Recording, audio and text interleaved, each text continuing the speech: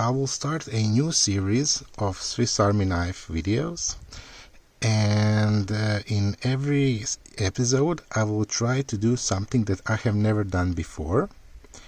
And the purpose of these videos will be to improve my skills and to record all of my mistakes, so maybe you can learn from my mistakes. And also, to make things a little bit interesting, I will try to combine my passion for Swiss Army knives with something that interests me outside of, making Swiss Army knives videos.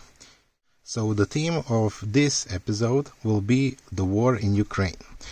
I am very interested in the war in Ukraine. I have been following it since the full-scale invasion, but I have also been interested in that conflict since 2014 and the Maidan Revolution.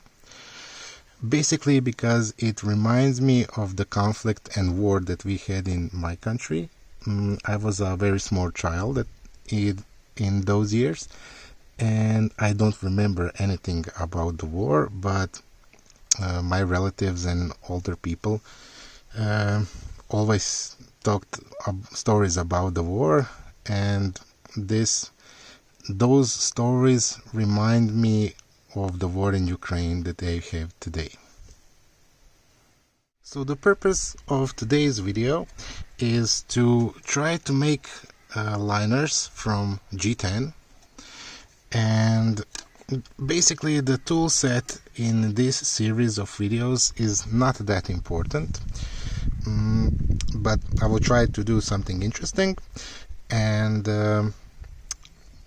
but tool set is not that important, and these knives won't be used. I'm just going to kind of make an exercise, in my custom Swiss Army knife skills making, So this is a camper. It is a 3-layer Swiss Army knife. It has an opener layer, knife layer, and a saw and a corkscrew and all. This will be our base knife, and in this episode we will make a compact Huntsman, or this knife is also known in the Swiss Army knife mod community as a Victorinox trapper. So in this episode we will take out the opener layer just like in the previous episode, and we will take out the knife, small knife, just like in the previous episode, and we will steal the scissors from this old climber, and we will steal the combo tool from this old waiter. So we will have a 3-layer knife with a large knife, a combo tool here, then the saw, and then the scissor layer. So this will be our base knife, and also I will make a blue G10 liners, and I have a yellow scales and blue accessories. So we will have a yellow and blue knife, and these colors are obviously the flag of Ukraine. So we will make a Ukraine knife, okay, Ukraine themed knife in this episode. But basically I'm doing this just to practice making G10 liners in this episode.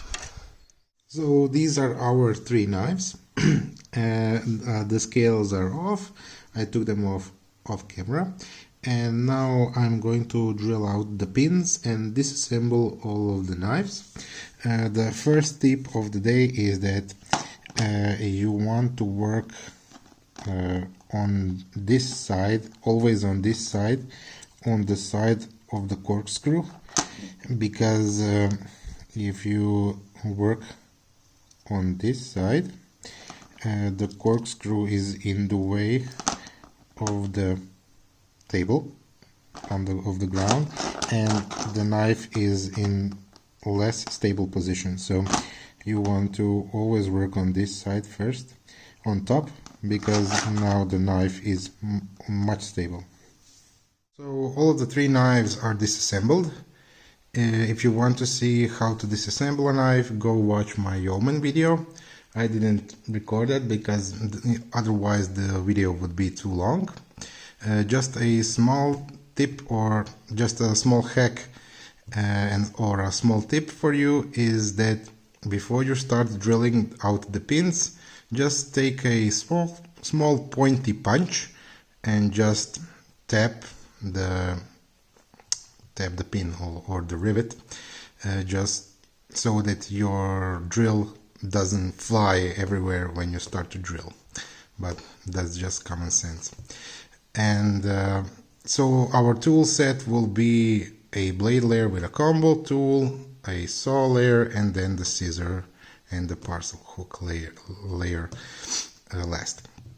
And the next stage is to cut the liners out of G10. First of all, when you are working with G10, remember to wear some kind of a breathing protection, and if you can, do this outside. With this sheet of G10, I can probably make 6 liners. I need only 4, but if I mess something up, I have 2 backups. So this sheet of G10 is not long enough to accommodate 2 liners in one row. So I was hoping that I could make 6 liners. Just, if I screw one up, I can have the 2 spares. But if I cut the G10 diagonally, I can make one more. So I have one in reserve. So this is how I'm going to cut it. So I have made some rough lines with a permanent marker. These lines indicate the safe zone. If I cut in the black area, I will have enough material for one spare liner if I mess something up. And now I will go outside and basically just cut this using this simple hand saw. I won't record this part because it's just cutting, okay? So I managed to cut these G10 liners into a general shape, and now we are going to make the holes for the rivets, and then it's just painstakingly grinding G10 into shape.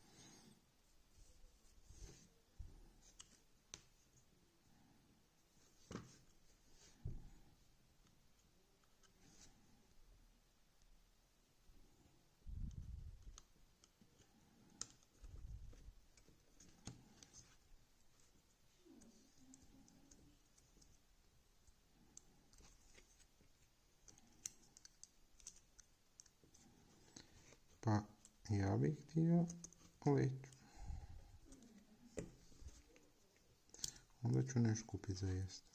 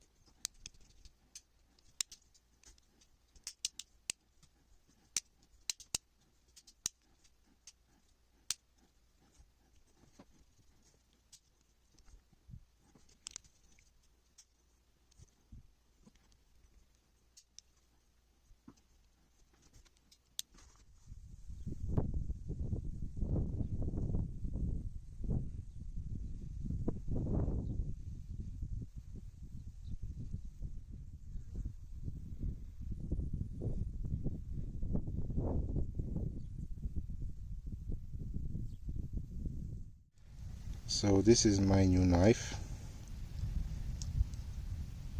Please don't get all political on me. Basically, a friend of mine asked me what color scales did I want for my birthday, and I was like, what are the least favorite colors? And I thought about yellow. I don't have any official statistic, but I think the yellow is the least popular. So he bought me yellow scales, and I was polishing some other knife one night and watching the news from Ukraine, and I thought about these yellow scales, and I was like, oh yeah. So I made a blue and yellow knife. It kind of looks good. I don't know. It's a strange combination. Maybe if I had a blue and yellow scale, it might have been better, but I don't have any spare blue scales. But never mind, it looks good, and it kind of represents something to me. Well, I can tell you that pinning is no joke. I did the pinning, and I was not satisfied how I did that job, because pinning is more of an art instead of science. Basically, you just need practice and skill. So that's why I'm doing it. If I judge the knife, I'm not completely satisfied, but if I judge the amount of stuff I learn, I am completely satisfied. Basically, I did the pinning all wrong, and the knife collided with the combo tool, as you can see here, and the corkscrew didn't snap at all, and the combo tool didn't snap. So I was like, no, that's not good. So I unpinned everything. I took it apart, and you saw that I had a G10 material for one more liner. Well, basically the G10 is soft material, and when I took the knife apart, I destroyed two liners. This liner here was completely destroyed, and I had to make another one, but I also destroyed the hole for this pin closest to the scissors. So now the scissors don't snap, unfortunately, because the hole is too wide. Other tools snap, and the knife doesn't collide anymore. Oh, it's starting to rain.